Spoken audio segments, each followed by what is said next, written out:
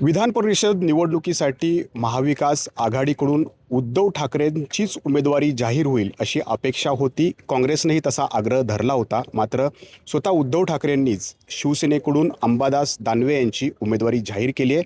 त्यामुळं आता महाविकास आघाडीत परत एकदा फूट पडण्याची किंवा नाराजी उसळण्याची शक्यता आहे का, या अनुषंगाने आपण बोलणार आहोत. आत्ता आपल्यासोबत शिवसेनेचे नेते सचिन अहिर सर आहेत. भाऊ, ज्या पद्धतीनं आधी आग्रह काँग्रेसनं धरला होता, शरद पवारांच्या राष्ट्रवादीनं पण म्हटलं होतं की उद्धव ठाकरेच उमेदवार असावे. आता अंबादास दानवे यांची उमेदवारी जाहीर झालेली आहे.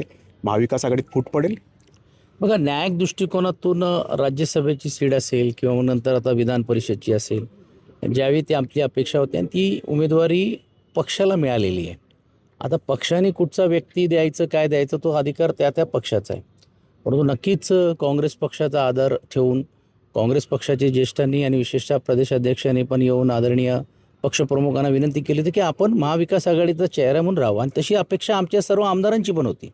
आम्ही सर्व आमदारांनी आग्रह धरला होता की साहेब, आपण आमचं नेतृत्व करता, ते नेतृत्व विधान परिषदेच्या माध्यमातून आमदारांचं होणं गरजेचं आहे आणि तुमची तशीतला संपर्क राहणं गरजेचं आहे. आणि म्हणून आम्ही आग्रह धरला. अर्थात तो विचार करत होते, पण शेवटी तो त्यांचा अधिकार आहे आणि म्हणून त्यांनी आज निर्णय घेतला आणि अंबादास दानवेची निवड करण्याचं काम केलेलं आहे. अर्थात त्यात खूप इच्छुक पण होते, सुषमाताई असतील, इतर नावं घेता येतील. पण या व्यापक दृष्टिकोनातून पक्ष संघटनेसाठी काय करता येईल किंवा काय त्यांनी जी व्यूहरचना रचली असेल, आणि आमच्याकडे एकदा पक्षप्रमुखांनी सांगितल्यानंतर तो निर्णय अंतिम असतो आणि म्हणून तो निर्णय झालेला आहे. पण हा निर्णय झाला तरी हा आमच्या पक्षाचा निर्णय झालेला आहे.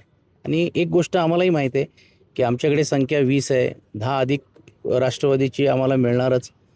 त्याचबरोबर आम्हाला काँग्रेस पक्ष देखील आमचा एक महाविकास आघाडीचा घटक आहे आणि हा उमेदवार म्हणून शिवसेनाचाच उमेदवार म्हणून आम्हाला द्यायचं नाही, तर महाविकास आघाडीचा म्हणून द्यायचा. म्हणून त्या बाबतीतली चर्चा पण देखील काँग्रेस पक्षाबरोबर या नावाची, कारण काँग्रेस परंतु आता काँग्रेसनं आधीच म्हटलं होतं की जर उद्धव ठाकरे उमेदवार नसतील तर आम्ही आणखी एक उमेदवार रिंगणात उतरू. मला असं तर वाटत महाविकास आघाडी मग राहणार का? नाही, असं त्यांनी कुठेही बोललेलं मला तरी जाणवत नाहीये. त्यांचा आग्रह होता की आदरणीय उद्धवजींनी राहायला पाहिजे आणि आम्हा सर्व कार्यकर्त्यांचा पण आग्रह होता. पण तो सर्वस्वी निर्णय त्यांचा आहे आणि आपल्या पक्षाने कोणीचं निर्णय घ्यावं, कोणाचं नाव द्यावं, हा तो त्यांचा आहे. पण मी जसं म्हटल्याप्रमाणे की त्यांचीही समजूत घालण्याचा प्रयत्न आम्ही करू.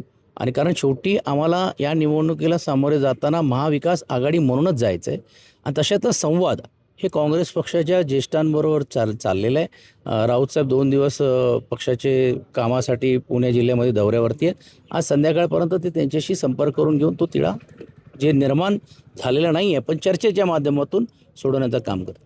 उद्धव ठाकरे उमेदवार नाही आहेत, त्याच्यामुळे जे महाविकास आघाडीत थोडं नाराजीचं वातावरण या निवडणुकीच्या अनुषंगाने असू शकतं. त्याचा फायदा भाजप या ठिकाणी घेण्याच्या तयारीत आहे, कारण ते म्हणतंय की आम्ही एक उमेदवार देऊ शकतो या सगळ्या विधान परिषद निवडणूक. आता जर ते उमेदवार देणार आहेत का शिवसेना उमेदवार देणार आहेत का राष्ट्रवादी आम्हाला माहीत नाही, पण कुठच्याही प्रकारे बिनविरोध ही निवडणूक व्हावी ही अपेक्षा आमची राहणार आहेत.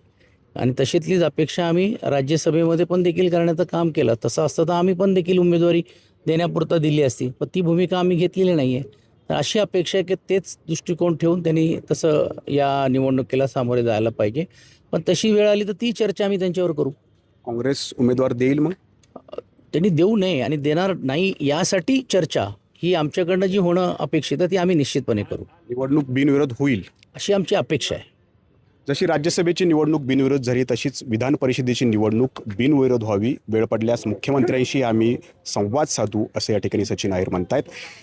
नेमकं काय होतं, ही विधान परिषदेची निवडणूक बिनविरोध होते की निवडणूक होणार, याकडे आता सर्वांचे लक्ष लागून आहे. काँग्रेसची भूमिका यासाठी महत्त्वाची ठरणार आहे. कॅमेरामॅन शैलेश जाधवसह नाजिम मुल्ला, ABP माझा, पिंपरी चिंचवड. ABP माझा, उघडा डोळे बघा नीट.